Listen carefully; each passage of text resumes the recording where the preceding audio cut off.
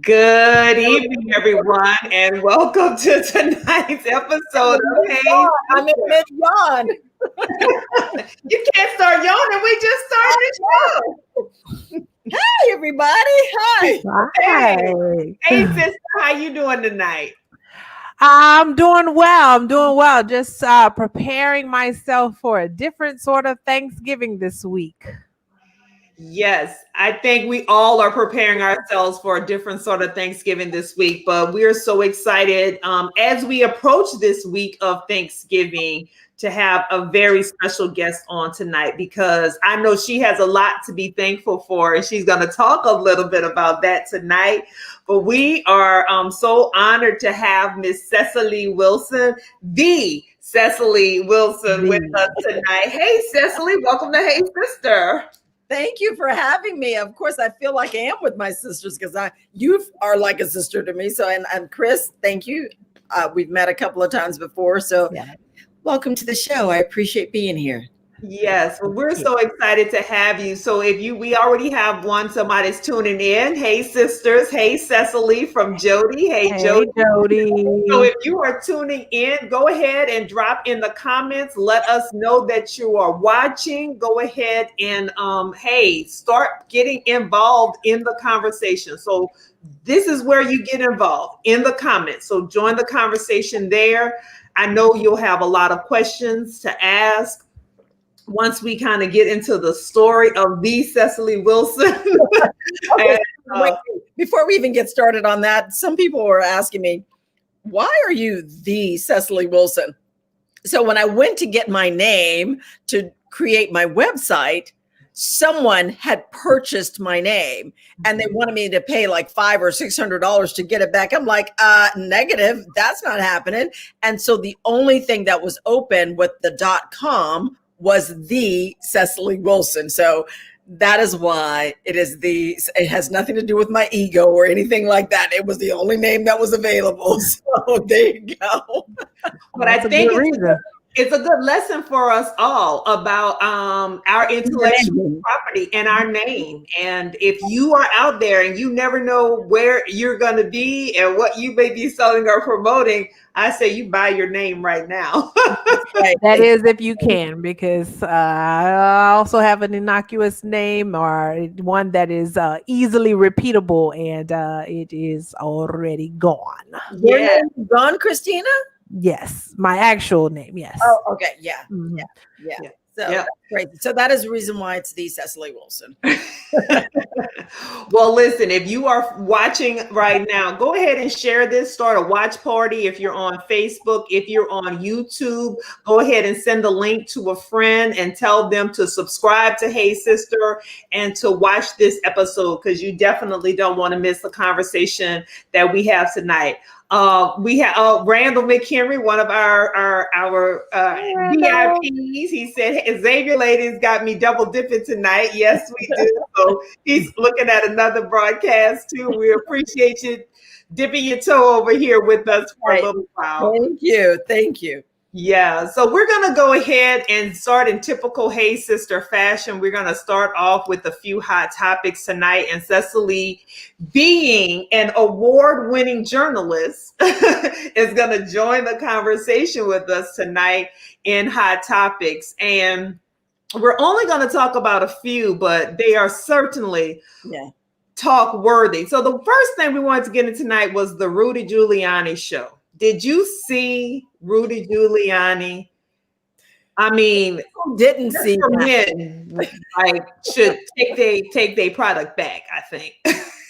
How you know it's just for men? I don't know what it is, but it wasn't working. Whatever it is, Chris, was not working. Yes, it's just not working is what it is. Just not working.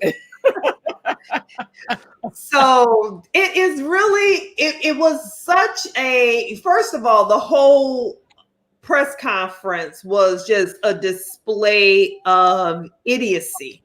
Mm-hmm. Like, it was a high display of idiocy, but the sweat, the profuse sweat. So, you know, when people lie, like sweating profusely is usually a good sign. Right.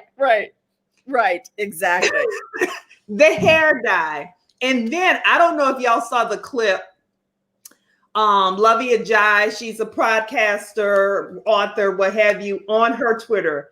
If you go to see the clip I've of not seen him, because that same handkerchief that he was wiping the dye and the sweat, it. he also wiped his nose and then wiped his face. It's just such a gross display. I'm pulling it up. I'm pulling it up. Ajayi. Yes, Lovey Ajayi. Yes. Luvvie. You'll have to check it out. Well, here's what I have to say. Mm-hmm. Again, I am not quite sure what the strategy is of dyeing the sides of your head when you have no hair all up and through the middle. I'm not sure who we think we're fooling. I mean, let's just say it's all gray right here. What difference does it make? You have no hair. Just let it go. I mean, yeah, you do better just cutting it all off. I have more respect for you to do that. Oh my goodness. Okay, sorry guys, my GPS is still on my phone. I'm not sure why. Who was it? I think they were giving some feedback about. I'm sorry, I'm not a big LeBron. How LeBron's hair is like all the way back here. Just let it go, Bron. Just let it go. Yeah, I don't know what exactly. So I don't know what Rudy was going for. I think Rudy is, I can't even say in a midlife crisis because he's past midlife at this point. So he's just in straight up crisis. I mean, between, again, the Borat movie where you're adjusting your microphone to the Four Seasons lawn service. Yeah. Holding the press conference there to now you just sweating profusely and you have died. Like it's laughable, but then it's just so sad. I think there's a comment here that says that whole party got lies, dies, and flies. I like that, Jody. I like that. Yeah. And then Lakeisha said the hairstylist said it was mascara. But clearly it wasn't waterproof mascara. Hey, Lakeisha. Yes, he said, "Hey, Cecily, my dear." Oh yeah. So what I say though, what's really disturbing though is this man was the mayor of New York during 9/11. He really had a strong career as a prosecutor in New York and a federal prosecutor as well. And to see him at this stage and age of his life, I know the saying goes, power corrupts and absolute power corrupts absolutely. But to see that level of willingly self-destruction for the pursuit of power or proximity to power is really sad. I just think it's a sad state of affairs. Yeah. I mean, is that what you think it is? Or does it just mean that as you get older, you can't deny your true self? I mean, I just feel like we're just starting to see people for who they really are. You know, when you talk to people as they get older, they're like, oh, when you hit your 40s, you tell the truth. Oh, when you hit your 50s, you know, you just telling the truth.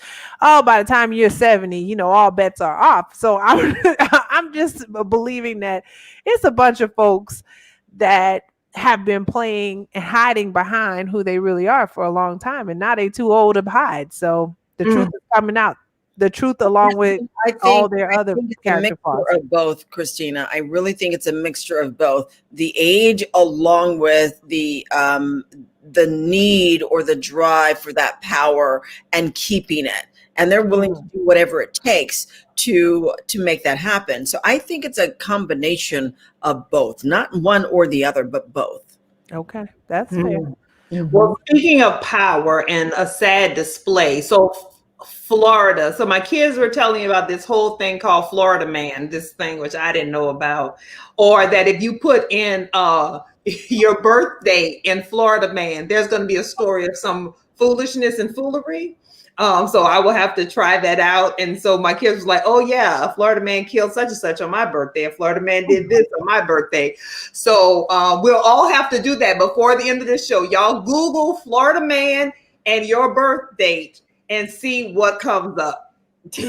But there's a Florida man who is a state representative from Melbourne. His name is Anthony Sabatini. And the question here is really though, so he posted on the 21st, which was yesterday, on his Twitter feed. And assuming this is I don't know what his assumption was, but it says Kyle Rittenhouse for Congress in all caps. And so if you don't recall, Kyle Rittenhouse was the boy from Illinois who went over to Wisconsin when people were out protesting in lieu of the Jacob Blake incident, and decided that he was going to be a part of a militia with his AR-15 and protect property and businesses that he has no ownership in, don't belong to him, and he didn't even live in that state.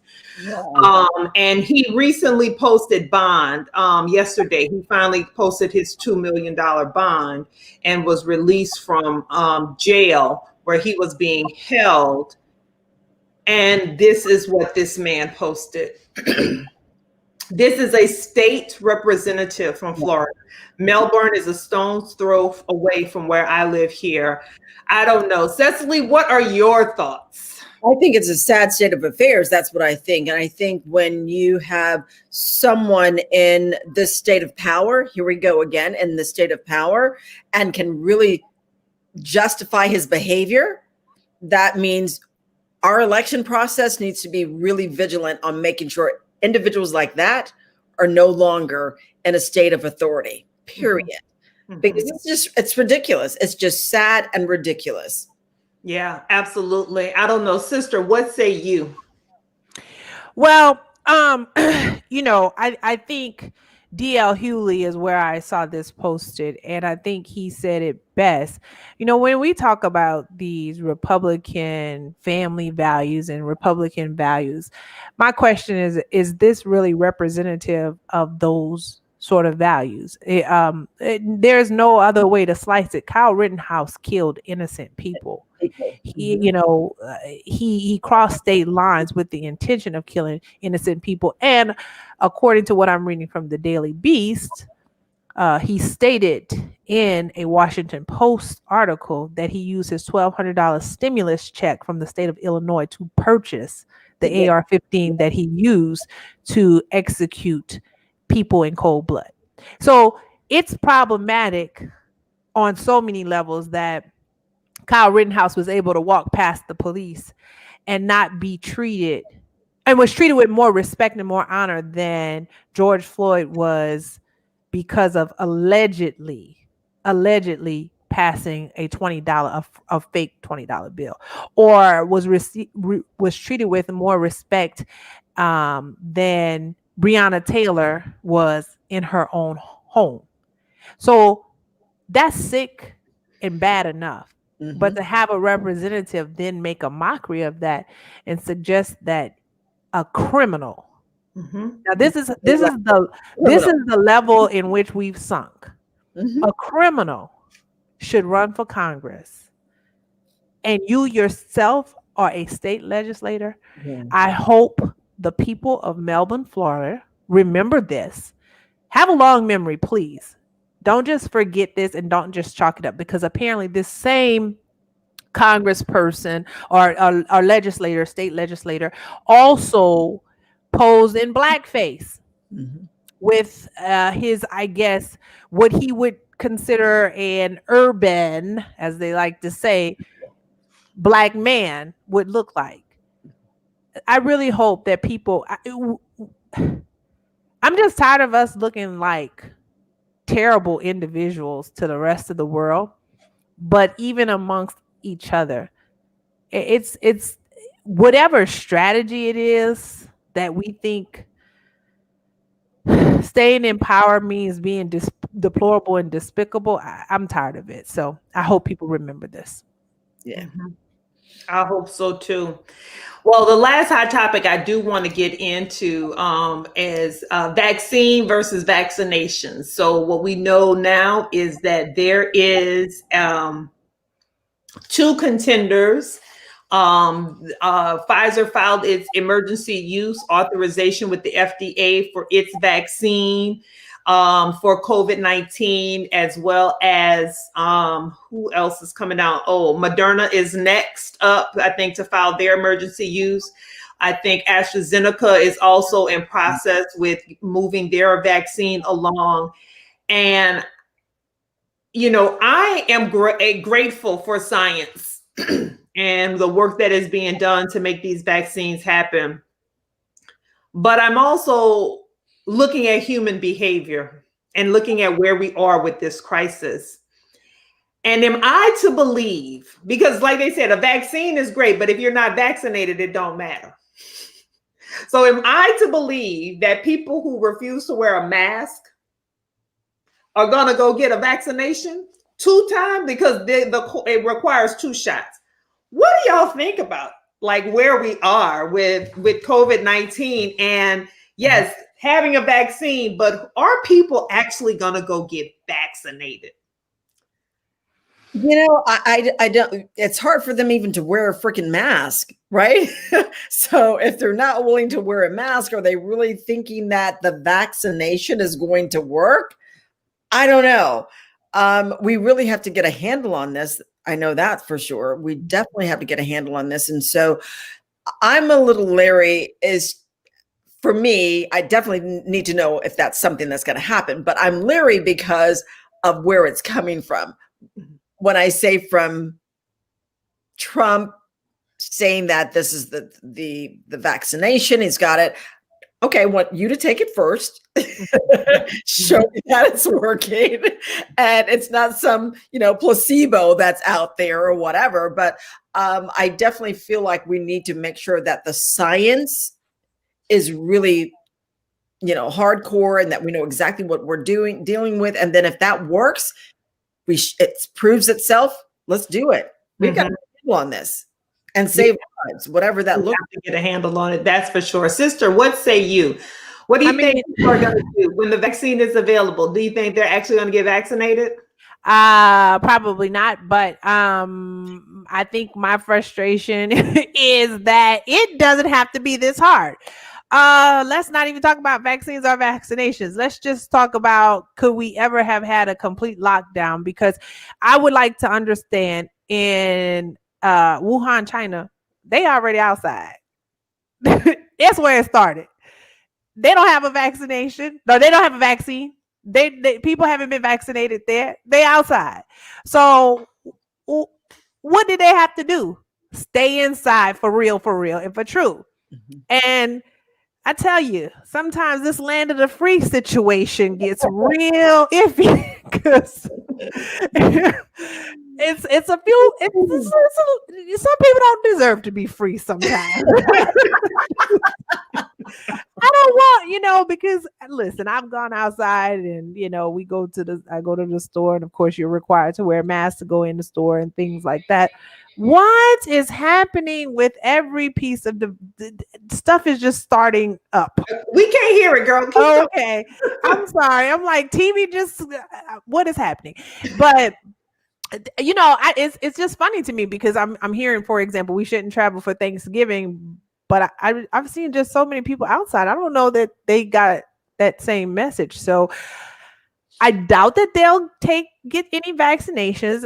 If it's not covered 100%, well, who am I kidding? If they don't have, if they get rid of the ACA, ACA, you know what I'm saying? Affordable Care Act, yes. I'm just for a minute there. I don't know. I'm blanking. But if they get rid of the ACA, I'm not sure who's going to pay for them the vast majority of people to get coverage, to get their vaccinations covered. And if, these people don't believe that literally I saw a post that Don Jr. has COVID. Of course he does. It's the common cold. That is what I've seen. Well, actually, what is also occurring, and we've seen testing lines all across the country. People are being tested, but if you listen to doctors and actually listen to as they've interviewed people are getting tested to co-sign their travel for Thanksgiving or Christmas. I think we are about to see a huge spike before the end of the year that is really going to have our heads spinning. And I think that's sad and unfortunate. But I also know that we have occurrences of measles that we didn't have before. We have occurrences of polio that we haven't had in years because people, there's a whole anti-vaccination movement out there. And so I don't know if how COVID-19, as horrible as we see it, that people still think it's a hoax, that will they even take the vaccine? I don't see. Time will tell. Time will tell. Time will definitely tell. We have Time will tell. I just want to know why we couldn't just put something in place and stay inside for real, and then we probably would be past this. Let's see. It says the vaccine adoption rate is probably going to be around 5%. I'll be the 5% of people taking it. I'm not mad at you. We have another comment here. Yes, human behavior. And what about some other deathly situation? It's great if we get a vaccination for COVID at this juncture in America, but that inform these people who are behaving in non-favorable ways to simply be like, oh, it will be fixed. Right. So they'll just become complacent and continue to do more. They do. And then there's also a further comment here from Tita. It says, I have a friend who lives in China. They only wear masks on transportation. They have been out and about with no challenges due to coordinated efforts prior, unlike here. And, you know, one of the things I was screaming forever was coordinated federal effort, coordinated federal response. And we just haven't had it. But nope. Wear the masks, plain and simple. Wear the freaking mask. Yay! That's it. Wear the mask. Wash your hands. Wash your hands. Oh my gosh! And stay up out of people's faces. You should have been social distancing anyway, because again, culturally, we don't like y'all being up on us anyway. So wait, before we go on, I pulled up this whole Google Florida man thingy. This is hilarious. This is hilarious. So on my birthday, July 18th, a Florida man cut off his penis. A Florida man cut off the penis of a man having an affair with his wife. How apropos to jump into she said the P word. Yes. How apropos. Literally. I don't make it up. It's right here. It's right here. Yeah, this is funny. Okay. Anyway. Well, if you were wondering what the P word was and she said the P word, it is penis. That was the word that I said on national television, but that's not the title or the premise of the book. Right. Absolutely. So Secily, why don't you tell us? So yes, you were on Family Feud 10 years ago. And in one of your responses, you said that P word, just like Florida man. You used that in one of your responses. And but really, as you went through this book, that unleashing the power of the P word, because that P stands for so much more than that. This is a great story of your life, of power, of perseverance, of persistence, of pursuit of your goals, all of that good stuff. And so I want to have you start really at the beginning. So I remember 2 years ago, so we've known each other for a while now, but I remember 2 years ago, I had a book launch and I had Secily be my host, and she was like, I got to do my book. She was like, I got to do my book. And so this year you self-published your book. You were #1 bestseller on Amazon in 4 categories. And so I want you to tell us about the P word. Listen, I get P for praise the Lord. That's the first thing. Praise the Lord, because none of this would have happened without him at all. And I didn't anticipate this, although I asked for it and I prayed for it. I wasn't, you know how they say pray and then act as though you're going to get it. I'm like, oh, I didn't really know that you were going to do it, Lord. So thank you. Right. But it was something that Kelly Watson with Scriptures Publishing really got behind me. And it's interesting because when I decided to do it, it was January of last year. And one of my board members, Judy Isaacson, I had 3 girlfriends literally kept telling me throughout the years, write this book. And I'm like, right. last year I went out on a girls trip and we were out on the beach and you know, I'm talking about this book and I'm like, I can't do it. I can't do it. And then, you know, Leslie was like, okay, quit your stuff. Just stop it. Just do it. Right. Here's what you're going to do. It died on the vine. So coming back January, I had a meeting with Judy, and she said, Cecily, I really think you need to write a book, and here's the person you're going to call. She can help you write it. She's a publisher, blah, blah, blah, blah. So call her right now. Call her right now. And I'm like, okay, Judy.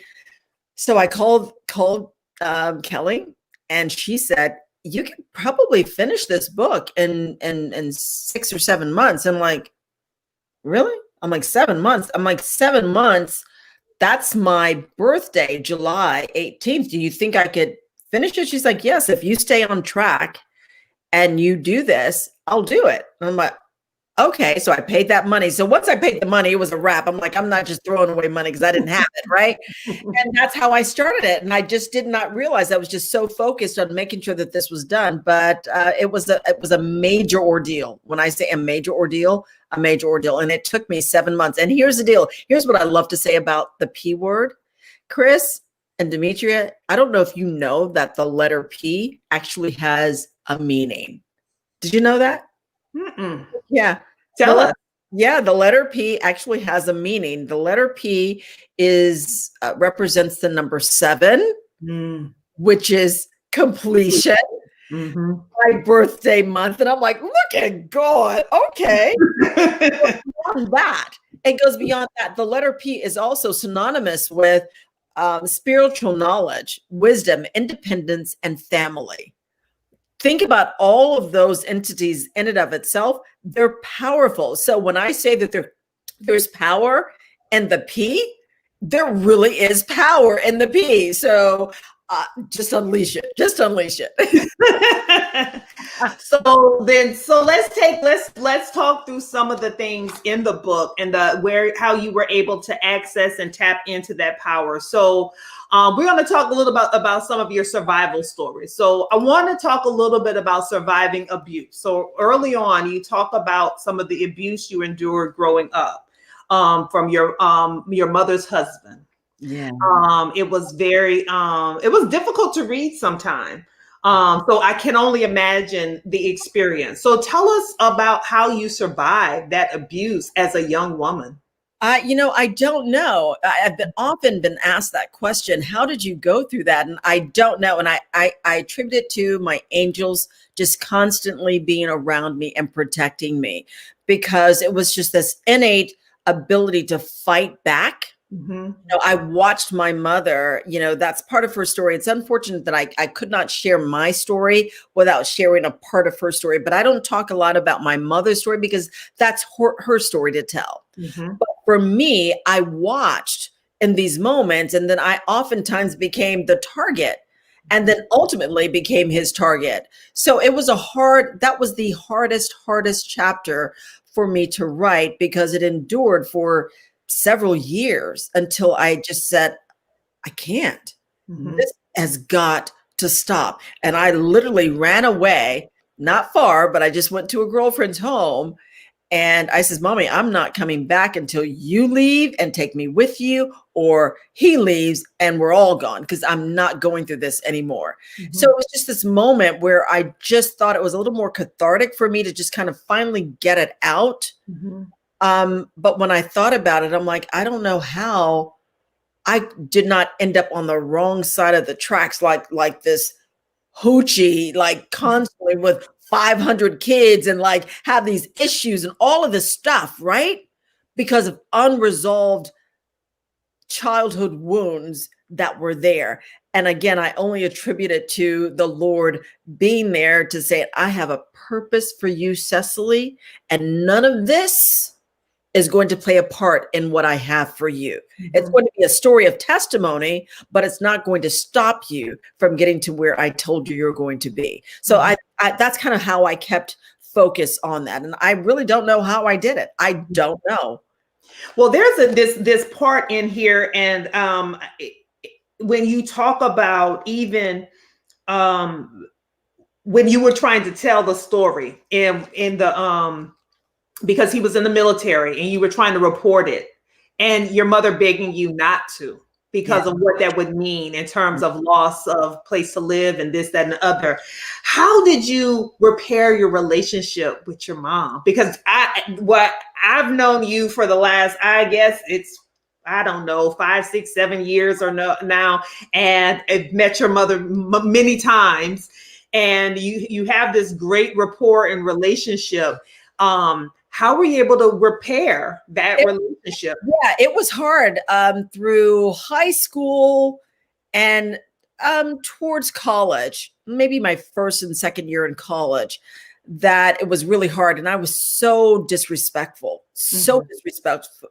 disrespectful to my mother, because that was the only way that I could seemingly get back at her for failing to protect me and in the way that I thought she should have. So I would lash out at her with my words because I couldn't lash out with with my hands. So it was hard.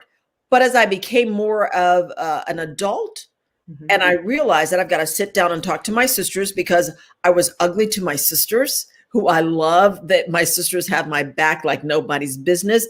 Danita and Tanya, we grew up, even though they're his children, we all grew up together. But there were times when I would be reprimanded for reprimanding my sisters, and then I would take it out on them. But now they're both bigger than me, and they say, well, look, we'll kick your ass again, so don't play. So my sisters are my biggest advocates and my biggest fans. But I think as I became an adult, I realized that I needed to heal this relationship with the people that I love most, that being my mother and my sisters. And that was an opportunity for me to say, I came home from college. I'm like, listen, we're going to have a family meeting, and I need to let you guys know why I do the things that I do, why I'm so ugly and so nasty sometimes, so that you understand where this pain is coming from. It's not because I'm just that person, but it's because of the pain that I endured at the hands of her husband and your father. So once we understood that, then I was able to go on and love my mom the way that I love her. There was nothing I would do without my mom or for my mother. So yes, yeah, love her really. All right. So, but yeah, we are all a little cray. Well, sister, I don't know if you have a question, because I want to talk about this college and this, going off, meeting that basketball star and all of that, your college romance, and some of the back and forth you did as a result of, young love. Yeah. Well, I actually did. I actually had a 2-part question. So my question is, and I know we're going to get into this a little bit later, but what do you think? How do you think that the abuse dealing with your mother's husband impacted you and your future relationships and the abuse that took place there? And then the second part of that is, and hindsight being 2020, now that you're an adult, now that you and your mother have repaired your relationship, what do you think it was that caused her to stay in that situation? Yeah, both of them I can answer quite. So for me, I knew abuse was never going to be a part of my relationships ever. That was not going to be a part of my narrative and my story. So I made that very, very clear in no uncertain terms. So fortunately, that's never happened. And I really think that it's defined the woman who I am today, because I think when you go through something like this, there are 2 ways that you can go. You can either become so hard and that you don't like men, I don't want anyone to love me, and you're blocking yourself. Or you can become a doormat and accept that type of abuse over and over and over again. Well, I believe God put me right in the middle and kept me right there. And I like to jokingly say, don't push me because I'm close to the edge. So don't push me, because I will fire back, but I'm not that abusive, retaliatory person. But it defined me who I am. And as far as my mother is concerned, I realized that there were things that happened in her life as a teenager that caused her to respond the way that she did. And now I understand where that comes from. And so I think it's really important for individuals who go through things like that to really get counseling, to talk about it, to go through these issues so that they're not unresolved and then they repeat themselves. Because if you don't fix it, if you don't confront if you don't conquer what you won't confront, it'll constantly be there, there. So I think that for me, I've just realized that this is not a part of my narrative.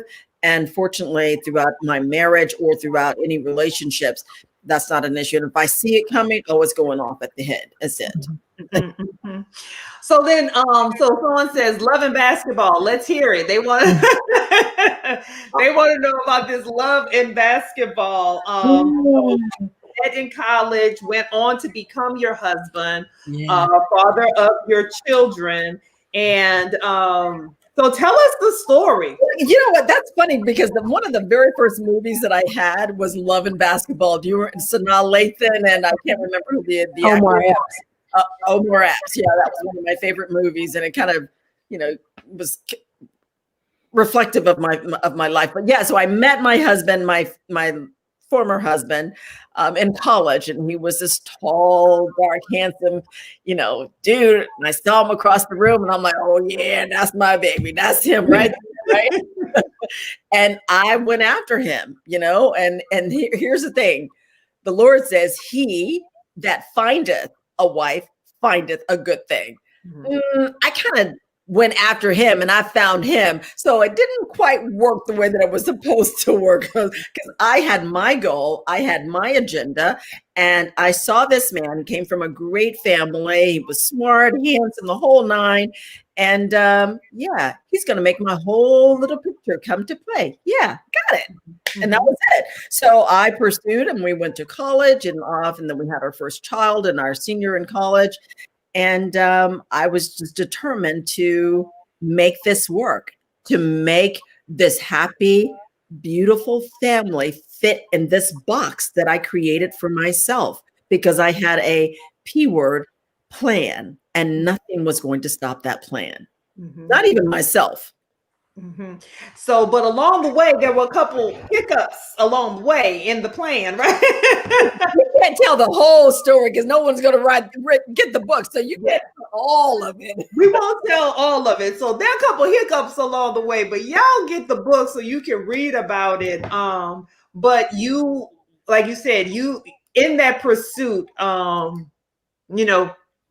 getting everything that you thought you were going to have, you also had these other huge incidents in your life. One of them, when you were working early in your career as a journalist, you had a surviving the police story. Yeah. So a driving while black certainly story that really mirrors everything that we're seeing today. Yeah. And tell us about that experience. Yeah, that was traumatic. I literally just moved from Macon, Georgia as a new reporter and anchor in Tampa, Florida. And on the heels of getting married, literally we had to postpone our entire wedding.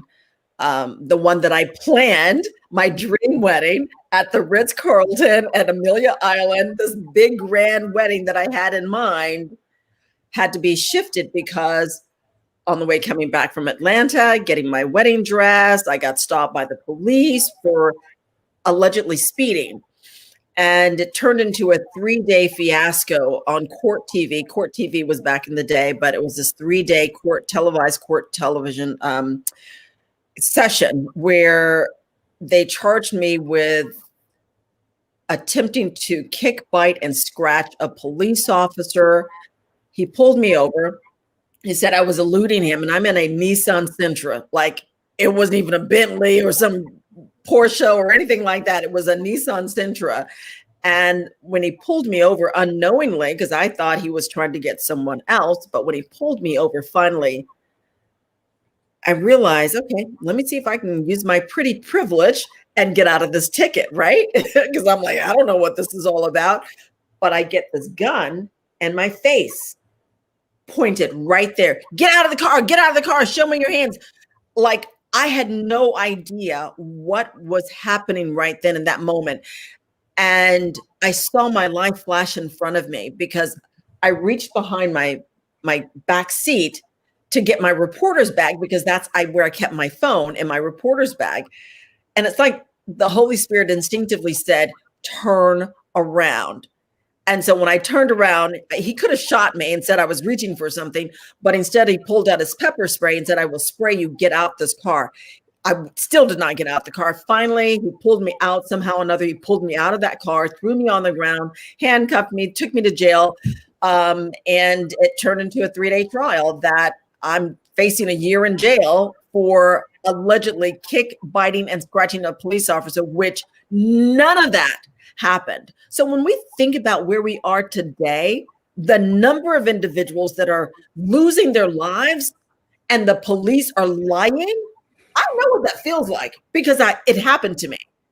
That I had to postpone my wedding to pay for an attorney to fight for my life, to fight for my career, because here I am just starting out in my career, and some rogue cop wants to decide, oh, she is a bombastic, out of control, angry Black woman. I'm a $105. I know I talk a lot, but I know the difference between talking crap with a police officer and just talking normal crap, right? Mm-hmm. And my life changed. Literally, it changed. And I'm still a little nervous sometimes when I get behind a cop, just because I'm like, oh Lord, here we go. Are they going to run my plate and realize, oh, she's the one that sued the Florida Highway Patrol and won? Unfortunately, we sued them civilly and they settled out of court, which kind of gave my credibility to the story. Okay, why are you going to settle out of court if you didn't do anything? So it was a crazy moment in my life and in my career. Mm-hmm.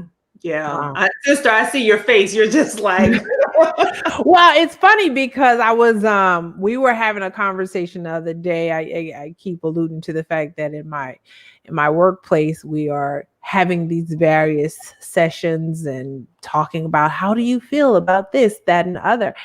And one of my coworkers, who happens to be a white man, mentioned how because of his religion and his religious beliefs, he's been had guns pointed at him. He's been harassed, these various things. And so his commentary, I guess, we were talking about privilege systems, and his commentary is basically that everybody has a story, so to speak.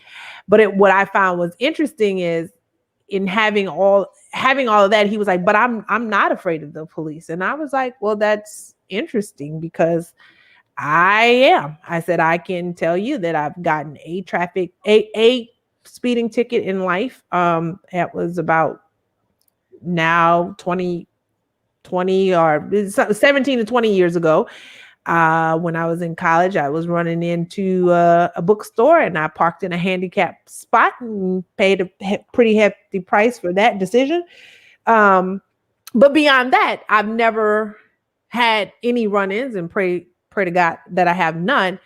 And I'm like, and yet I am scared of the police. So it's just interesting when I hear this kind of story and how quickly things can turn. It's like, yeah, it gave me a different perspective of individuals who actually, as a reporter and hearing stories of people saying I was innocent, I did nothing, mm-hmm. You're thinking at, did you really? Mm-hmm. But then when it happened to me, right, it gave me a different perspective. And now I'm thinking, how many of my sisters and brothers spent time in jail for something that they really did not do? Now, I know that there are those who are guilty, and I get that, but then there are many that are not. Absolutely. And sometimes don't even live to tell about it. I'm one of those fortunate ones that instead of having the gun pulled off and blowing my freaking head off, they took me to jail. And I'm just thinking about when you were saying I was reaching in the back to get and I'm just like, at that point, it could have gone so terribly wrong. But I want what gave you the courage to fight the Florida highway patrol. Well, you said because they lied. Well, no, I know, but look how many people just say, you know what, I can't do anything about it. They're going to believe each other. I had too much to lose. Number one, I had already, they pissed me off because I didn't get my dream wedding. So I was pissed off because of that. But then also I'm starting my career, my dream job. I'm just starting out at this career. And you're trying to take that from me? No, I'm not. So forfeit the wedding, forfeit the house. I don't care what we need to do. Find me an attorney because I'm fighting for this. And they wanted me to plea and a cop a plea. I'm like, oh, hell no. I did not do anything. It's going to be me and my Lord, and we're going to fight this. And he says, I always win. And so I was scared to death. I'm telling you, I was scared to death. But I knew as an born fighter, I wasn't giving up. If I'm going to go down, I'm going to go down with a fight, not without a fight. So I'm going to take my chances. And that's what I did. And fortunately, it came in my favor. Mm-hmm. And that's definitely some P words there, right? Just the persistence, the perseverance, prayer, because I know you were praying. I had every prayer warrior in the country going on with me. Yeah, and protection, girl. You had the protection over you. See, and those P words, they're all powerful. The protection, not only with the childhood abuse, but protection of my career, my life. That at that moment in that car where I could have had my head blown up, the angels said no. They said no. And I'm thinking, thank you, Lord, for sparing me, because it could have been me. It could have been me. I could have been another hashtag. Well, I don't even know what hashtag was out about back then. Maybe no one would have even known my story because they're like, well, maybe she did do something. Well, what did she do? You know, no, I did nothing. So protection was really key. Yeah. Well, there's another, we were talking as we were prepping. Well, you guys are live now with Hey Sister. So please join us in the comments, like, share this broadcast, tell everybody about the book. She said the P word, and our author this evening, Secily Wilson. But as we were prepping and getting ready to come on and thinking about the hot topics we were going to talk about, we brought up that Sinbad. So we grew up watching Sinbad and, the Sinbad Jazz Festival. And sister, we were just talking about how we rewatched Girlfriends, the whole thing, Sinbad and Aruba, that whole 2 parts in the episode. And so, but Sinbad recently suffered a really debilitating stroke, and lots of artists, lots of people in our community have suffered really debilitating strokes. And we want to talk about your surviving strokes, because you suffered 2 strokes in your lifetime, both that attempted to rob your voice. And tell us about surviving strokes. Again, you know what? I keep saying this over and over again, Chris and Dee, that the Lord has just protected me. I have a purpose. I don't know what that purpose is still yet. I'm trying to figure what that is. You don't know what that purpose is, girl? We're going to talk about that off air. Never mind. Go ahead. Like literally, I think that him protecting me and with my voice, because when the first stroke happened in 2004, I was on the air as a journalist, and I was going through a divorce. So I ignored all of the signs and all of the symptoms that I had, because I thought, I'm 39 years old. This doesn't apply to me. I'm young. I don't drink. I don't smoke. I'm healthy for the most part. So this isn't for me. This is for the viewers. All of the stuff that I'm sharing with them about the early warning signs of a stroke, because I actually did a story a few months earlier before my episode. And so those signs that I was giving to the Central Florida viewers were for them, not for me, is what I thought. And it's like God said, I'm talking to you. Do you hear me? And he took the words right out of my mouth. And at that moment, I'm like, I think I'm having a stroke. And fortunately, or unfortunately, that's what it was. But I was fortunate enough to get to the hospital enough time for them to give me a clot buster. Mhm. And that allowed me to, I still had slurred speech for about 6 weeks. And I had to regain my speech pattern. Again, here's where that persistence, that P word, comes in my life, because I told you I'm not a loser. I'm not taking L's. I don't do L's very well on anything. And even with that moment, I said, this is all I know how to do. All I know how to do is use my voice. So give it back to me, Lord, and I'll be intentional with everything that I say and everything that I do. And he gave me my voice back. And I literally says, okay, fine. I'm thinking fine, because I'm going through a divorce. I'm getting up at 2 a.m. being on the air for Central Florida and everything, I'm doing so much. That's what caused it. And they never really figured out what it was until it happened 10 years later at 49. And it happened again. But this time my face was kind of like this. And I'm thinking, oh my gosh, what is happening? Still didn't understand. And I didn't want to panic. And when I could not speak, I woke up Nicole for school that morning. And story. I was like, what the hell was she thinking? Yeah. What babies and fools is what God takes care of, right?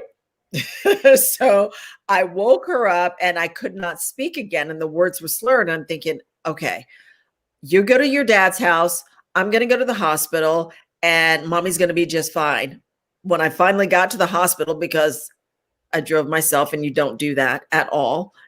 But I thought I was Superman and I can get there faster than a speeding bullet. So I drove myself, and I got there in enough time, again, in the nick of time, for them to recover what was lost. I had 2 spots in the brain that had been affected. And again, it affected my voice. And that power of persistence, that I didn't want anyone to help me. I didn't want anyone having a freaking pity party for me. Listen, I'm going to get my voice back, and I don't care what I'm going to do. And I sat in my house, and it was just me repeating words over and over and over and over and over again, because I've got to get my voice back, because there's something he wants me to do with my voice.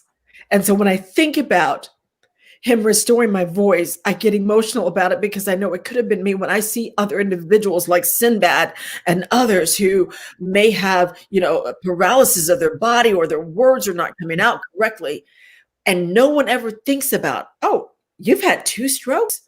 It could have been me. Mm-hmm. Whatever it is that God has for me to do, my purpose, I've got to fulfill that. And it includes me using my words. So just another powerful testimony of how important that P word is. Mm-hmm.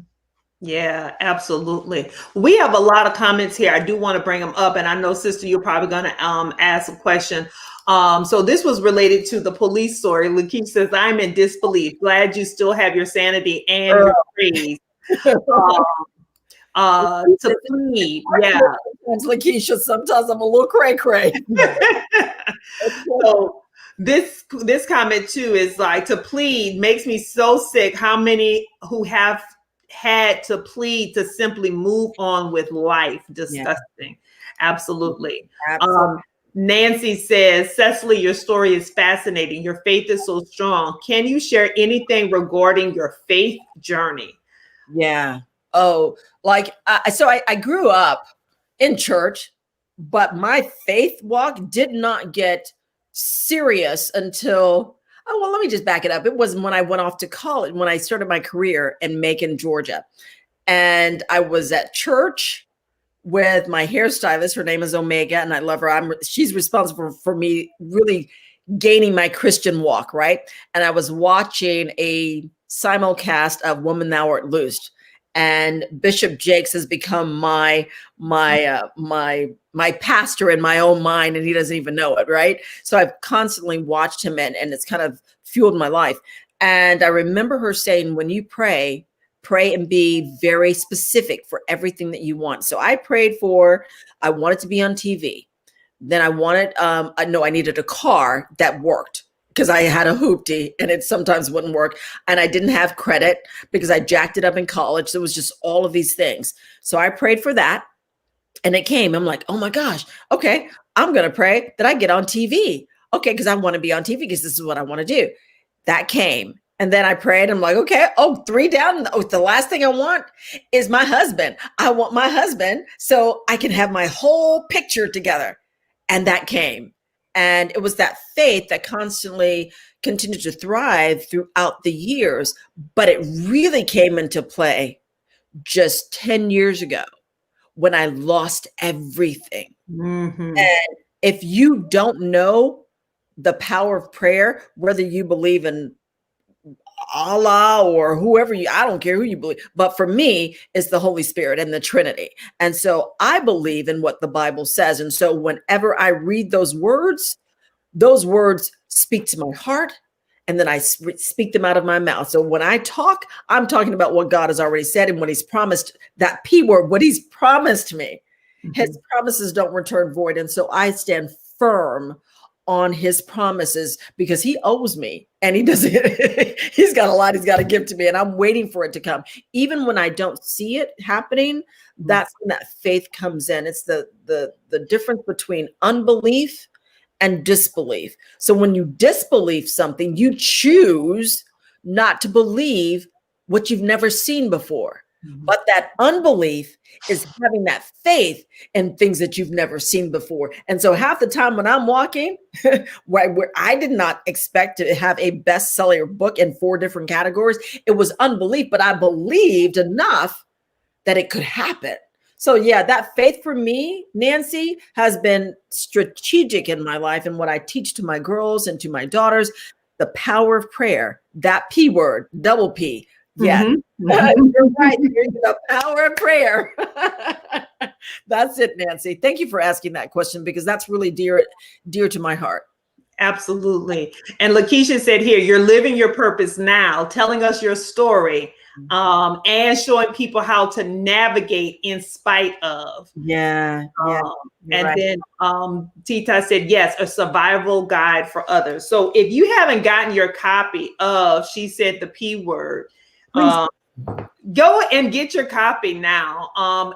If the holiday season is coming up, you can buy a copy for a friend, family member, what have you. Share. And I'm going to drop here. I'm going to say that you can also, if you purchase it from my website at thesecilywilson.com, you can purchase an autograph copy and I can actually sign it for you or to whoever you'd like. It's also available on Amazon and it is available in Audible because I used my voice that God restored to share my story in my book. And so you'll hear my voice as I'm telling the story. And I'm excited about the road trip. Yes. It's not a part of the road trip. It's the book tour sponsored by Ford Motor Company. They're a sponsor of ours with Wow Legacy and my nonprofit. That's a whole nother story in the book as well. But the road trip is an opportunity for you to get your posses together. Your posse, because there's another P word, the power of your posse. You can't get through this life without having a posse. Those posse members are there to breathe life into you when your breath is slowly draining from your body, who are there to hold your hands up when you're too weak. I know what that's like. You know, I know what it feels like to have someone say, girl, we got you. We got you. There's been so many posse members that have been there. So here's a chance for you to gather your posse members through this time of this ultimate P word, the pandemic, and have a little fun, inspiration, and hope. And let's talk about the book. But yeah, we're not just talking about the book. We're talking about our party planning. We have games that we're doing. We have prizes that we're giving away. We've got music. We've got all of these amazing things that are happening on this 90-minute road trip. So it's a virtual experience. So whether you're in Louisiana, Chicago, DC, it does not matter. All you need to do is click on that link below, register for one of our 4 cities. Well, actually 3 cities now because we started in Orlando. Now we're going to Tampa, Tallahassee, and Jacksonville. And so come along for the ride, get your posse, win some prizes, be inspired because that's what it's all about, the power of the posse. When you think about you're taking a road trip, who do you want on that road trip? Your girlfriends, Your friends, your posse members, whether they're guy friends or girlfriends or whatever, you want them to come along. You're talking, you're sharing stories, you're laughing, you're playing games in the car, but we're taking it to another level. So we've got to think differently outside of this box because of the pandemic and be creative and still engage with the God's blessings that he's given to me with, she said the P word. I would say another P word, we have to pivot. Yeah.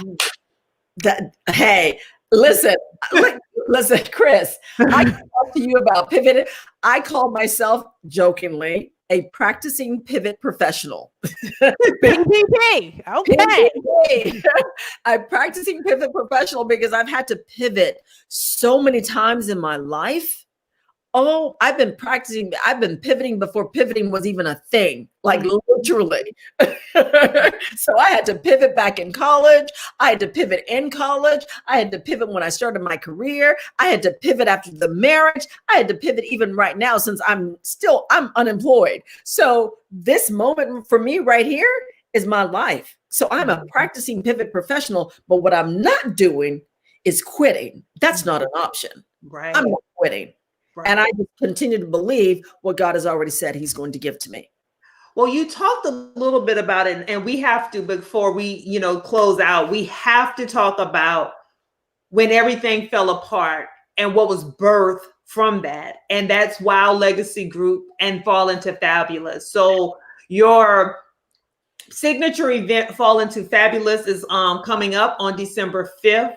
Yeah. But when you talk about I love how you talk about how you were like the Clampets, you had the mattress on top of your car, in foreclosure, you had to move, like you had to pack everything up and everything fell apart. But even when it fell apart, you had that posse, those posse members who were like, girl, we're not going to let you feel sorry for yourself. You need to get it together. So tell us about the birth of Wow Legacy and Fall Into Fabulous, because I think everybody needs to hear this story. Yes, it literally, everything fell apart on the heels of the divorce, the stroke, losing my home to foreclosure. And I'm sitting and I'm a shopper by nature. I just love shopping. And I had all of these clothes and I'm sitting here crying because I no longer had my big house and the closets. And I'm thinking, I don't have anywhere to put my shoes. And I'm talking to my girlfriend, Satora, and she's like, shut up and quit your whining because you've been extremely blessed. Now go give some organization with women in transition and give them all the things that you're saying you have no place to put. And of course, initially I'm thinking, these shoes, I don't want to give away my shoes. But she says, watch God bless you more than you can even imagine. And I took that challenge and I founded Wow Legacy Group, which is an acronym for Women Overcoming with Willpower. And so our mantra is, when life falls apart, dust off the shoulders, wipe away the tears, put the big girl panties on and the stilettos, because they work, and fall into fabulous. And fabulous is less of the superficial, but the fabulousness is when you end a toxic relationship and start your life over, fight through that health challenge, whatever that looks like. That's fabulous. Start your own business, after having nothing. That's fabulous. It's those little things that get you to the next level that we call fabulous. And so we help them with a 6-month empowerment program that focuses on health and wellness, mental health, finances, continuing education, professional development, community service, and personal branding.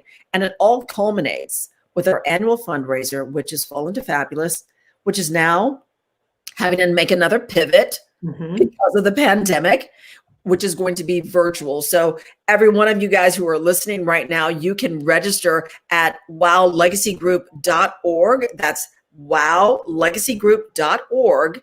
And purchase your ticket. It's not a ticket, it's a donation now because we have to do it. Typically, we have over 400 to 500 people in the room at our event. And Dimitri has been there several years. She's volunteered. Her daughter has volunteered, Jasmine. And it's an awesome opportunity to highlight the women that are defying the odds, hitting the reset button and starting their lives over. Getting rid of all of the excuses, because I don't do excuses very well. I don't do excuses. So yes, everything happens to all of us. We all have a freaking backstory, but the difference is, how are you going to respond? How are you going to move your life forward? Or are you going to sit right here in that pity party moment and have a pity party for one, Or are you going to persevere and push through and get to the next level and make a pivot? That's it. Push through, pivot, persevere, and move through. Yeah, absolutely. And I have been witness to some fabulous transformations, and it generally culminates with a wonderful fashion show and professional hair and makeup, but it's really about the programming. And I've participated in programming as well, but to see where the women come from, yeah, stories and where they're coming from and what they're doing. And this year we actually did business plans. You would have been proud. You would have been proud because they focused on business plans, and some of these ladies had amazing visions. And I'm thinking, what's stopping you? You're the only person stopping you. Mm-hmm. And this is a no excuses position right here. So we're going to do everything we can to help you get to where you want to be. So what we do on December 5th, log on, be a part of this virtual experience as we celebrate these women who are making transformation, who are falling into fabulous. We have a fashion show powered by Ford, Advent Health, Walmart. We've got Lake Buena Vista Rotary Club. There's so many sponsors that have been helping us get to this level. We even won a grant from Sarah Blakely, the founder of Spanx. That's a story of perseverance in and of itself, right? Mm-hmm. So everything she had in her red backpack because she believed in the power of her Spanx. And I'm so glad that she had. Oh, I love me some Spanx. If someone dropped in the comment, Macy's, don't forget Macy's. Macy's, thank you very much. My sis, thank you. That's my girl. Thank you, Danita. Macy's provides the clothing for the ladies. And so it's a group effort. It's a community effort to highlight the stronger women so that they become a stronger part of our community. So your donation, your support is definitely appreciated. And so that's December 5th. For the virtual experience. And then the very next day, oh Lord, the very next day is our road trip. So the P Word Empowerment Road Trip. So we have back-to-back events, all of empowerment, which is the focus of Ford, which is what they love doing, empowering women and getting them back in behind the driver's seat of their lives. So that is the whole goal of Wow Legacy and of the P Word Empowerment Road Trip. Yes, for sure. So, sister, I know you have at least one question or comment before we get ready to wrap up. There was a question in here about anger showing up in your marriage from the pain of your abuse and, steps to get your footing after losing everything. But someone said it's in the book. So go get the book. So, Loretta, yeah, we appreciate appreciate the question. And so I want to make sure I acknowledge her question because I think these are very powerful questions. But it is all in the book, and the book it's written in a way that it's very easy to read. Dave, let me answer that question quickly. So okay. Can you pull that up again? Let me just see what the question is. So Loretta, the anger show up in the marriage, meaning pain from the abuse. Where did the steps for your footing after you lost everything? Did you lean on your words? Yes. Okay. So yes, the anger, it didn't show up in my marriage in that abusive type of way. I just have a lot of, I'm a trash talker. So, and when you're married to a type A personality, sometimes type A and type A don't go together. So I had to learn how to soften Secily, because I'm a very strong woman. And if I don't get it done, I'm going to get it done somehow, some way. So I had to learn how to navigate being a softer, gentler side of my womanhood, right? I also realized that those steps, my faith, my words, really pushed me through a lot of that. So I leaned on that quite often, and the power of that prayer, that meant a lot to me as I moved my life forward. So, and everything else you can read in the book. It's in the book. Yeah, it's a lot. Thank you for that, Loretta. Thank you for that question, though. Yeah. So Christina, go. I'm gonna let you ask a question before we get ready to head out. Okay. So we know that God restored your voice, and you said that your words are very intentional. I think we all know your purpose. Maybe we just have to reinforce what that purpose is.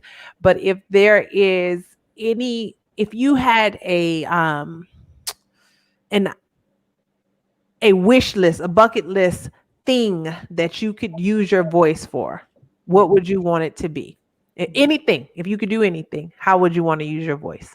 Because we're going to speak it into existence. Yes. That is to influence and inspire the world with my words. And that is what I'd love to do. And I'm actually reinventing Secily as a speaker, and I do it quite often, sharing my story, empowering others through my stories of perseverance. And how many of us have gone through something that feel like I'm in this by myself. I don't know how I'm going to do this. So I'm going to show you how to fight, because a fight is not pretty. When you go through a fight, you've got your hair all jacked up. You've got your scratches and bruises. You go through a fight. And if you don't fight, then you lose. So I want to use my voice to continue to inspire and influence the world. That's what I want to do. So book me for your next keynote, book me for your next speaking engagement, and I am available for that. Yes. So when you go to thececilywilson.com, and we shared it in the comments, we also shared wildlegacygroup.org in the comments.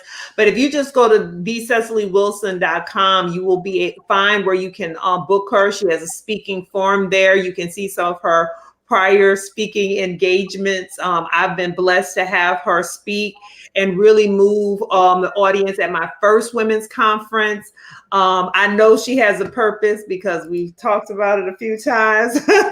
So I am really, really excited for you and what is to come in 2021. I think you are heeding the call. Like you said, you're really heeding the call of God and using your voice. So Kimberly Reese said, inspired by the words and stories tonight. Thank you, ladies. So thank you. Get the book and get on that road trip, girl. Register. It's free. Yes. It's virtual. And you're going to have a great time and win a Ford SUV, possibly. So get on that road trip. Every single last one of you, Loretta, Kimberly, Lakeisha, register. Yes.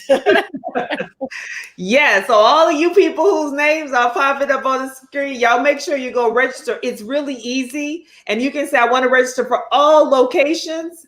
And then you'll get that notification and know when it's coming up. I've been on I was in the Orlando stop of the virtual book tour, and we switch it up every stop. So it's going to be something a little different from Tampa. Yeah. I know, but I'm just saying, listen, it was a party. The DJ was popping. We had the violinist. It was awesome. Yeah. Lots of fun, lots of prizes, lots of laughs. So if you're looking for a good online experience, you don't want to miss it. So anything you want to leave our audience with in closing? Is there a keyword you want to leave us with in closing? I do. And we've been saying this P word throughout the evening, and that is perseverance. Like, we have lost so much right now, so much because of this pandemic. Lives, jobs, homes, careers, all of that. But if you keep breathing, keep getting up, you're one step closer to what God has for you on the other side. So persevere, push through, practice that pivot, and then push through. So I'm going to say persevere till you get to the end. Okay, I'm writing all of that in the comments because I think that was awesome. Sister, what's your closing remarks of the night? I just want to say thank you so much. This was fun. This went really quickly. I feel like I could ask a whole lot more. And, because we talked about some stuff in the pre-show that we hadn't even gotten to, some investigative reporting and stuff that I wanted to hear more about. So, you got to get the book. I got to get the book. But thank you so much, Secily. This was really, really fun. And I'm going to just tell everyone, if you want to see this woman bring Steve Harvey to his literal knees, you should search for Secily Wilson Family Feud. Google it, because I'll drop it in the comments there. I tell you, that clip was hilarious. And I was like, I don't think I've ever seen that happen ever in the history of Family Feud. Yeah. Right. So, But there was so much going up to that. That whole backstory, which led to that moment, divorce, job loss, foreclosure. Listen, he got all of that when I said the key word. He got all of it. Well, everyone, thank you so much for tuning in tonight to Hey Sister. I like you, sister. I feel we could talk hours. But it was so Thank you. powerful. yeah. And then I'm going to take a moment of personal privilege to just say that, look, this lady, as much power as you felt tonight in this short form, connect with her in person if you can, because it will be worth whatever event or organization you have. It will be worth having her to add to the experience of your attendees. So I might have to have her back again for my fifth, because see, this will be the fifth Spring into Leadership, and so you did the first. So I think we should have you at the fifth. I think that would be a good touch. But Secily is as real, as authentic, as down to earth as she has come through on the screen here. She is all of that in person. She is a mother to two beautiful young women, one who is a student at Howard University. We didn't even get into Nicole and the hair story. That's a whole nother story. And hair discrimination at these private schools with our children, that's a whole nother story. It's in the book. It's in the book. In the book.